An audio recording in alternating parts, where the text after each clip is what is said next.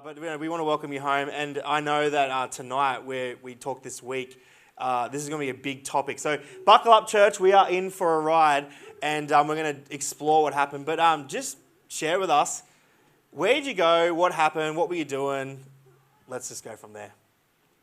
You want to start? Okay, I'll start. Obviously, the trip that we just got back from, the main reason for that was we actually went to Israel. Now, for those that don't know what Israel is a place where Jesus was born. It's the place where he did his ministry. It's the place where he died, where the Romans crucified him, and all of the Christian history is based around, or is from Israel. Obviously, they were in Egypt for a while, but then they came back to Israel. So that is where we went. And just to throw it out there, and thanks for the great intro. But that trip marked our 25th year of being the senior pastors here in this church of Heart House. And it wasn't called Heart House when we ran it, but it's called Heart House now. But it's the same church. It doesn't matter what it's called. And that trip to Israel was really generously donated by this church. And I've got to say to you, thank you so much for everyone that gave to that and was part of that love offering to send us over there. It was just amazing. And one of the things that really jumped out at me with it was that we had spent, both Sheree and I and many of us here, but we had spent nearly 25, 30 years preaching about a God and stories in a place that we had never been to. And when we actually went there and saw where the Sermon on the Mount was delivered, we saw where Jesus was crucified, we saw, where he was convicted, we saw the Garden of Gethsemane where he prayed his last and where the disciples denied him, we saw where he was born, we saw where he spoke to the fishermen and called them to be disciples, we cruised across the sea or the Lake of Galilee where so much of 85% of his ministry took place. It was literally like reading the Bible over here was like it was in black and white. But when we were there, it was like the whole Bible turned into colour. And it was simply amazing and eye-opening. Now, I'm not saying that should say everyone rushes over there to go to Israel because it doesn't change the story, the fact that we saw it. The story is still as powerful now, whether you go there, never go there, or have been there 100 times. But it was really, really awesome, and what a great gift and a great privilege for us to be able to go there and actually see it after we'd spent most of our life, serving God and preaching on that. So that's the main part of where we went. Sheree can tell you the other places we went, because we did do a little bit before, a little bit after, but yeah, it was pretty awesome. Yeah. You want me to do that? Yeah, sure. So the trip to Israel was the centerpiece of everything that we did, and and we went expecting God to just do incredible stuff in our life, and he really did. He came through. But we cruised for a month before. When we left Sydney, we decided to cruise for a month, and we went up to Dubai, and we had a fantastic 10 days in Dubai after we got off the cruise, and then we, after Israel, went to the United States, and then we went to Hawaii after that. So it was just an incredible time of rest. It was an incredible time of God just speaking to us. And incredible. I just loved how Jules got up at the beginning and just talked about miracles, because that kind of is what happened for me, especially on that trip. But phenomenal, and thank you so much. It was probably the most perfect thing to send us on after all the ministry and everything else like that. Just the most perfect way to end that. So yeah, awesome. It's actually something I didn't think of, that you spent your whole life preaching about a place you've never been to, and that's how you finished your ministry time. I know that when we were talking, you said that millions of people flock to this place, like constantly, people from all around the world.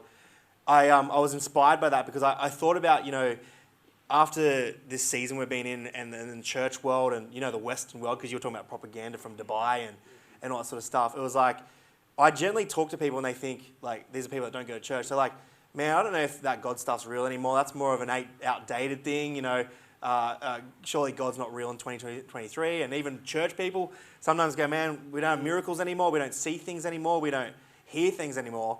And I just felt like that when you came back, I saw how impacted you were that this is really real. Millions of people go there to see it. And it greatly impacted you. I could tell when we were talking that it was a thing. And I wanted to bring this back to the church and for our online guys. Talk to us about the concept of, in our worlds, God's far from dead. He's more than alive than ever. He's got big things. Tell us what the process was with what God was talking about on your trip around that topic of God being real and relevant more than ever. Yeah, sure. It was good when Sam asked me about that, because in the Western world, when I say the Western world, I'm talking like Australia, America, England, just the normal places that we would call, the Western world. And there is this theme that God's dead, God's irrelevant, no one follows God anymore. But America, Australia, and England aren't the only places in the world. In fact, they're only a very small portion of it, and they're very controlled by Western culture and what the West wants to say and what the West thinks and everything else. But when you get over to the Middle East, starting from whether you're in Dubai or over there in Israel, most people have a faith. We went to places like on the way up to Dubai that had Indian temples in them. And there was thousands of people that flocked to these Indian temples. Now, that's not the God that we follow. It's not the God that we serve. But those people were hungry for something and had dedicated their life to something. When we got into Dubai, obviously a lot of people know that's an Arab country. That's also where, the West propagands a lot of, fear around the Arab countries, a lot of terrorism and stuff like that. But it's not really like that in their country. There are people that are extremists, and there are people that are Muslims that are extremists, and they've done some horrific things, around the world. But you don't have to go back too far in history to realise that the church, in the wrong hands, under the wrong people, have done some horrific things in the world as well. Yeah. A lot of the crusades were done under the name of church and things like that. And when we first got into Dubai, which is a Muslim country, it was a little bit scary because of what we'd been told. The guys are wearing the hats and, the chic hats and the dresses and all that sort of stuff. But as we started to be there, because we were there for probably nearly 10 days, I've got to say that they as a people, as Arab people, not talking about their faith, but the Arab people, they were probably some of the nicest people I have ever met in the world anywhere. Wow. There was not an elevator that I walked into where they didn't say, no, you go first. There wasn't a taxi driver that wasn't honouring and opened the door and said, what about this, or asked me what we were doing, and would chat to us about their faith, would chat to us about their country, everything. And everywhere, not just the tourist places, but even on the public transport, on the train, every single it was in their culture. Yeah. Every single person was honouring, was nice, would ask, I don't know how old it makes me look, but say, would you like our seat? Would you like me to get up? Would you like to sit down? And would you like to hear? Or if we did something wrong, they'd say, you can just do this or do that, and explain things to us. And it really made me understand that we've got this propaganda about a whole nation or nations of the Middle East, where yes, some bad stuff has come out of it. But as a people, as Arab people, they would put a lot of Western people to shame. Just in the way that they were loving and courteous and kind and everything else. Now, I know that that's not the God, well, it is the God, it's just a different, it's the God of the Old Testament that they're following up to a certain point. And I know that, there's some violence there, and there's also a whole bunch of terrorism and stuff like that. But when we went over to Israel, and here's the thing that really got me more than anything, is that we get to the Jewish country, and in the West they go, the Jews are awesome, the Jews are God's chosen people, the Jews are this, the Jews are that, the Jews are this. Well, the Jews weren't exactly as nice as the Arabs, which is, number one, that's a bit of a problem if they're representing God. But the other thing that really, really got to me was the Jewish people, not the Christians, the Jewish people, they're following the same Old Testament as the Arab people. And in the Old Testament, where if you wanted something, God just delivered it to them, like Julie spoke about before. They come to the walls of Jericho.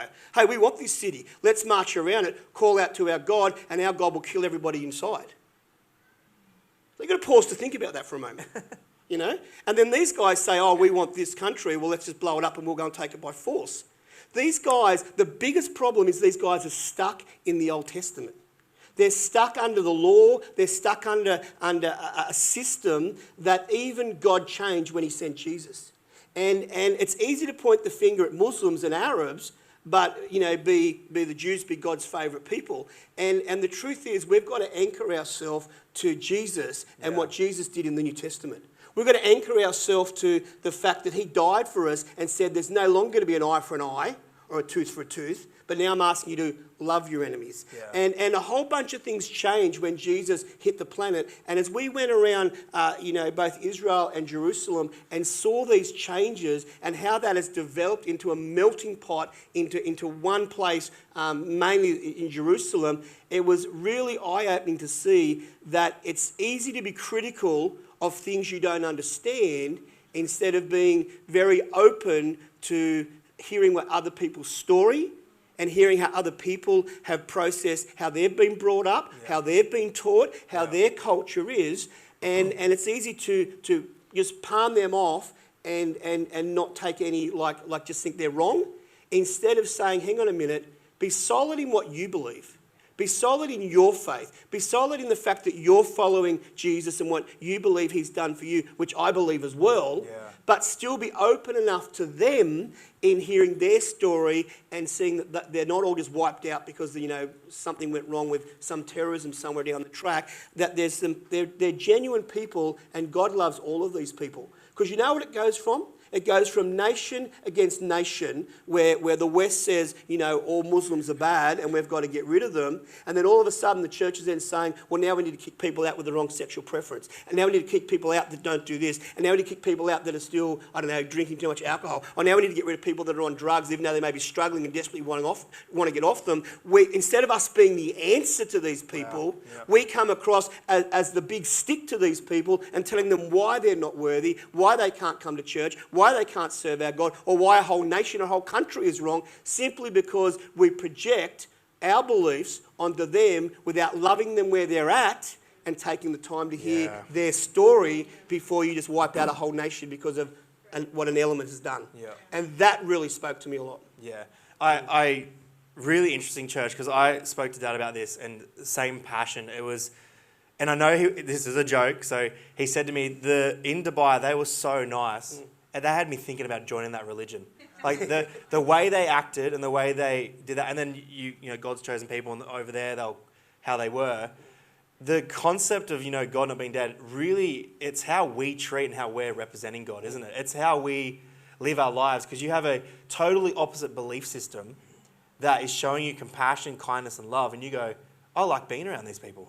I want to know more about them. I want to know more about what they believe, and you're open to it. Even though they're a complete opposite belief system, you are interested because of the way they treat you.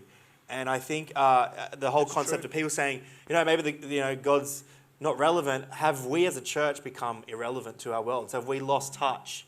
Have we become, putting up our own walls and our own insecurities? And sure, the house looks great and we're all having church, but the world just slowly slipping away. And I think there's a mandate, especially on our church, this is why I wanted to share this tonight, that we're gonna learn to put down those walls, and we're gonna be okay with the un-okays to come through these doors. Be open with our hearts. I was thinking about this week. Sorry, this point's really, really touching. That there's going to be a point in my life where my kids will start to disagree with me, and how I relate or how I'm open to them and how I talk to them and how I'm kind to them is their faith balance of how they're going to believe or not. So it's deeper than just a church winning the city. It's our own families, our own kids making it. And that was one of your main points.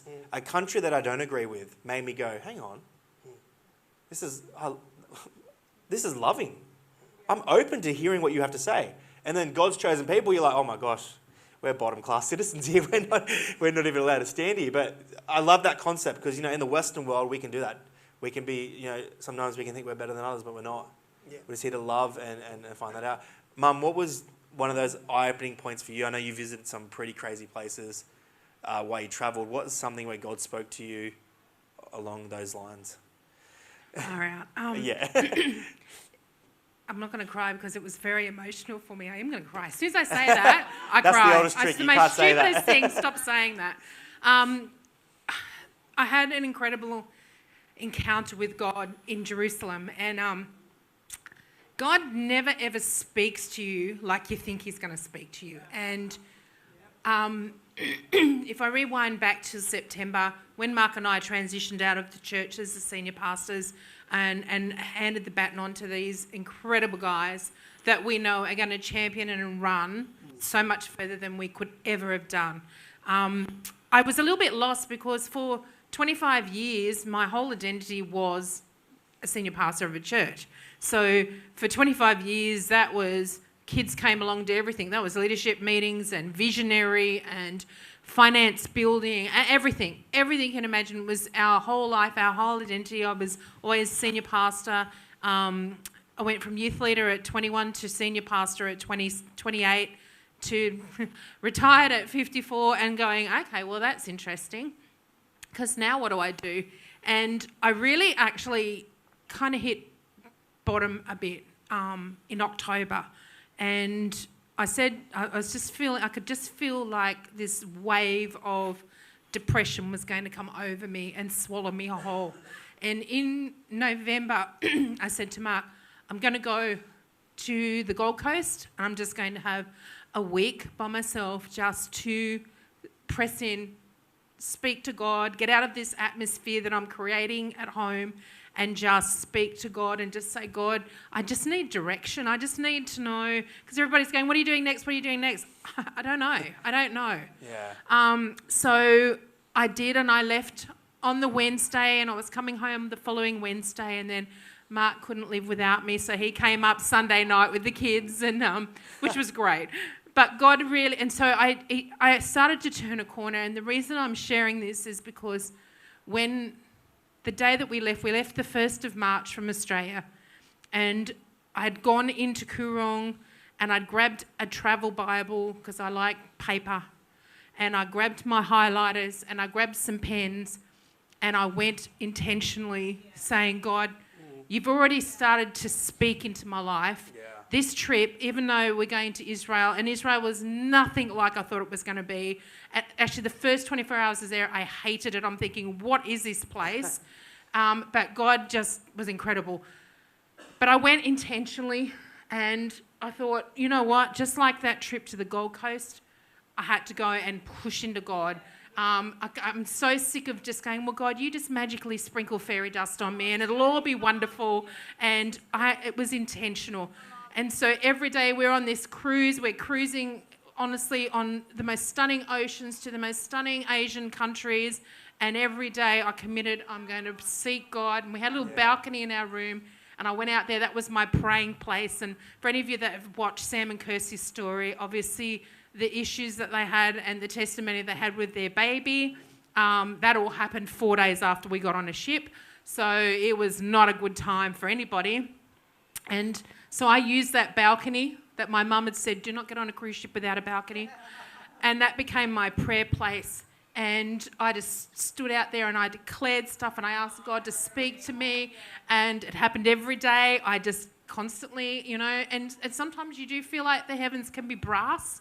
And you feel like everything I'm saying is kind of bouncing back. Oh, God, are you there? And God did some incredible stuff. And there's a scripture verse, and I'm really conscious of time, but there's a scripture verse in the Old Testament that talks about Gideon. And Gideon was asked by God to do something, and Gideon double-checked.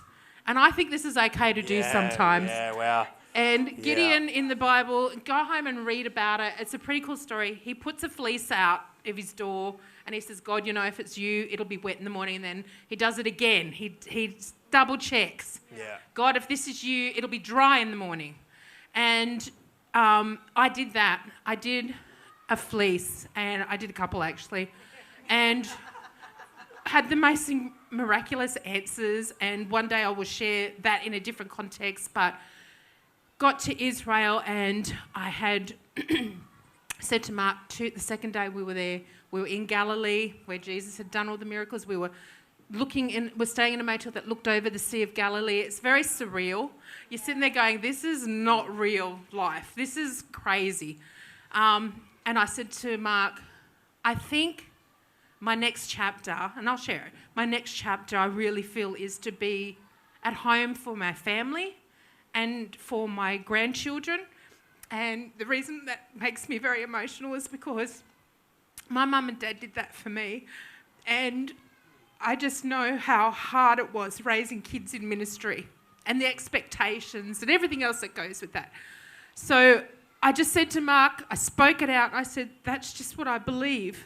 This is what I believe my next chapter is. I'm going to open my home up to people, and all the things I kind of didn't get to do, raising 6 kids and, being flat out all the time. And I spoke it out, and I knew it was right, but then for 3 days I had this internal battle inside of me. That's not enough. You've sacrificed, you've pushed, you've believed for people, you've prayed over people, you've done all of that for 25 years, you've laboured in the field, and it sounds like you're having a cruisy little holiday. I'm going to now invest into my family, into my children. So I was having this waging battle inside of me that decision wasn't good enough. Even though I knew it was from God, it wasn't good enough. And this one day we came and we went with Bob Goff. If anybody knows who Bob Goff is, he is the most incredible man. And he's like this huge grandfather that is just cacks at life, and he's just hilarious. And every now and then we'd go somewhere and he'd just pop up and do a little preach for us and encourage us all, and then off he'd go again. And we were in the city of Jerusalem, the old city, and we walked around this corner, and here were the steps of the temple. And we sat on the steps, and fortunately I kind of chose to sit on the outside. The rest of our group was there, and it was like God just... and Bob Goff had already said to us, this is the only place that we can actually definitively say Jesus walked on these steps. So this was the temple where he stayed when he was 12. It was the temple in Jerusalem. So we were sitting on the step where Jesus' feet had walked.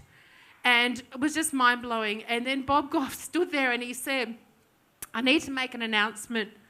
I just want to let you all know I'm retiring, and I've cancelled 80 speaking engagements because God has told me that I need to invest into my family and my grandchildren. Anyway, I just lost it. And I just said, God, your confirmation to life is just the most unexpected way. So I'm sobbing. Mark's giving me his sunglasses, and I'm sitting here facing away from everybody because everybody would just think, oh, that's a little dramatic response to Bob Goff's retirement. But it was just the most, I'm just like, God, you just whisper in the most incredible time. And then I had another miracle that happened, but just God never, ever, it's not a loudspeaker moment where he screams in your ear, this is the answer to your prayer. You've got to have an open heart, and you've got to be intentional. And I was so shocked that he spoke to me in that way, but I shouldn't have been, because I'd actually asked God give me an answer and give me direction. So, while it was incredible, and I'd said to Mark, about it being in 3D, and it's like walking in, like all the things you read about in the New Testament, and we were reading it while we were over there. We're like, see this and this, and Capernaum, and we were, all these incredible places, and we're like, far out, we're actually here. That's incredible, but it wasn't even that. It was what Bob Goff said to me that God used in my heart. Wow. But when Jules got up tonight and said, be expectant for miracles, you've got to be expectant. Yeah. And you've got to do the work.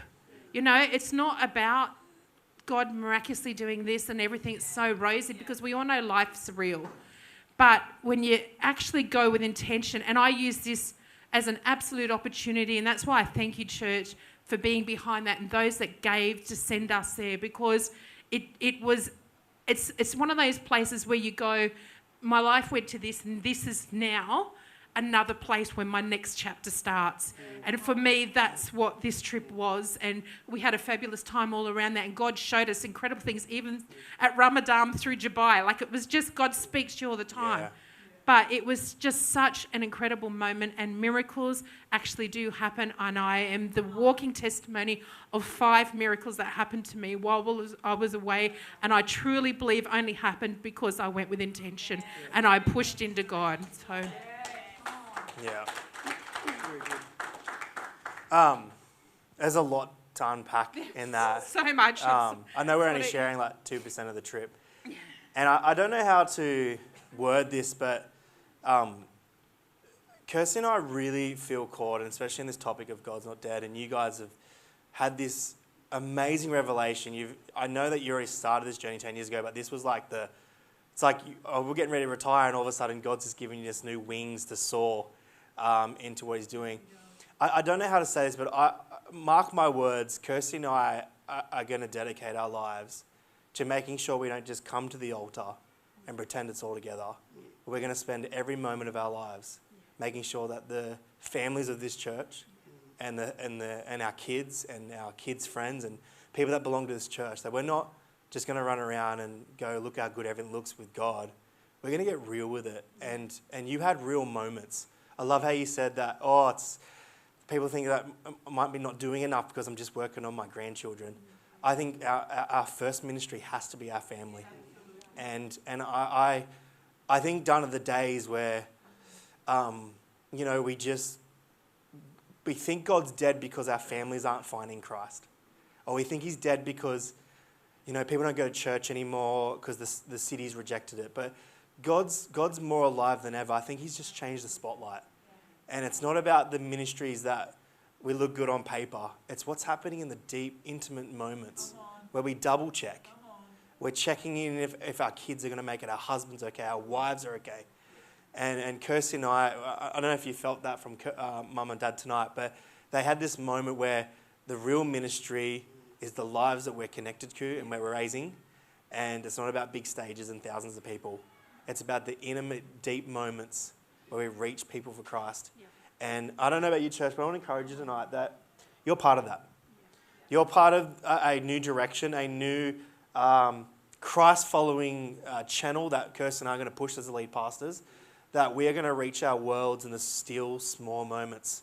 And our number one goal is that the children and our husbands and our wives and our family unit make it in this walk of knowing God.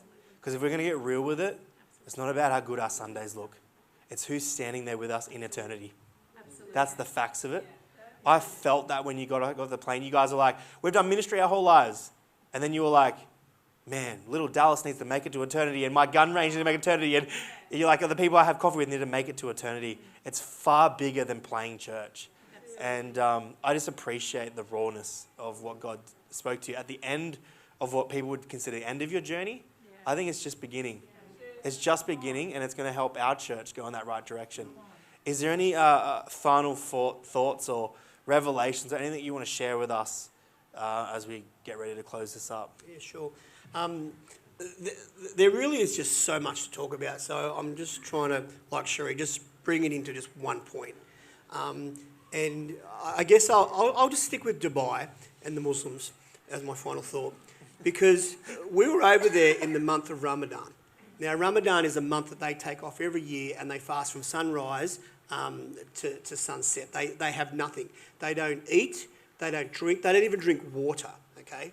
And if they follow that faith, then that is one of the disciplines that they have for their life. But there's no one over there enforcing it. And if I can leave you with this final thought, the Western church has become a place where if you do the right thing when people are looking, then you're okay and you'll probably make it to heaven. In other words, we're nice for church, we dress up for church, we sing at church, we listen at church, and then the rest of the week we're too busy to do anything to do with God, some of us, or maybe even 10 minutes a day in a devotion. But to live a life following a God that is not dead is to actually live it and believe it because you live it and you believe it. Come on. I was in there with a number of taxi drivers, but I'll just mention one of them. I got into one taxi driver, and he was a Muslim Arab. And I said, how you going, mate? And he goes, oh, yeah. He goes, I'm just really thirsty today. It was about 3 PM. And I said, oh, really? He goes, yeah. He goes, I'm good without the food. And he goes, I'm right with all that. He said, but I'm just so thirsty. He said, just one sip of water, he said, would just make my day to get through till 6 o'clock or 6:10. They do it to exactly when the sun sets. He said, would make my day. And I thought to myself, he's just a taxi driver. Not there's anything wrong with taxi drivers. He's not a rich Arab. He's not an oil, guy. He's not driving a big Addy or anything like this. He's just driving a taxi. But he's following a faith that he's in a taxi by himself. No one's checking. No one's looking over his shoulder to see whether he had a sip of water when he wasn't supposed to in Ramadan. No one is there seeing whether he's exercising the disciplines of his faith. And I just use it as his faith because we have a different faith. Yet he did it anyway. And I thought, man, I live in the Western culture, and it's almost like we think that if no one sees what I'm doing, then God doesn't see it. So, if I can't come and, smoke a bong on the front row, but I can smoke it on Saturday night, then it's probably okay because no one sees it. If I can go and drink too much on a Saturday night, but as long as I'm sober on Sunday, then it's okay. My faith accepts that. If I say I'm fasting, but, I don't really fast, I just have a snack and you break the very thing that you're trying to teach yourself, which is self-discipline, then it's like if no one sees it, no one cares. And the thing that really grabbed me by their faith, not that I believe in their faith, but their faith was that they actually believed what they believed in. Yeah. And they did what was a part of their faith and what their Quran and what those other things say.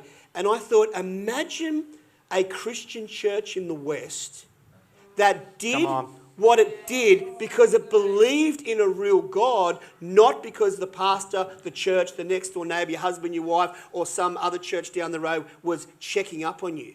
When we start to serve God because we're following God, not trying to impress a church or a religion or a pastor, I think that the outcome of that will be a people that are genuine in their love towards others, not trying, because if we bung everything else on, then we bung it on to try and love everyone. We're supposed to love everyone, so we'll try and love everyone. It's hard to love everyone, but we'll try to because we're supposed to. Yeah. These guys believe in that, they do it.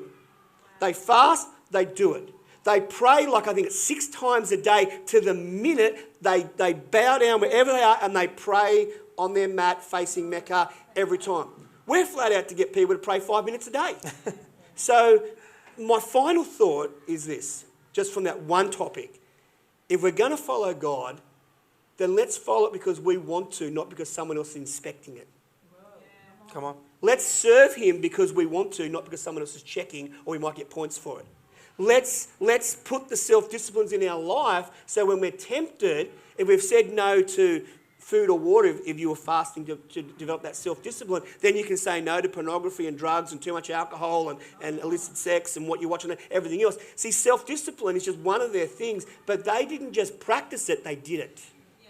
And I would love to see and continually work with a church, including myself, that actually did it because it was right and that was our faith, not because someone else was inspecting it or someone else might find out about it. That's my final thought between those two cultures. Love that. Love that. As the band comes, I just wanted to just thank you for sharing that tonight.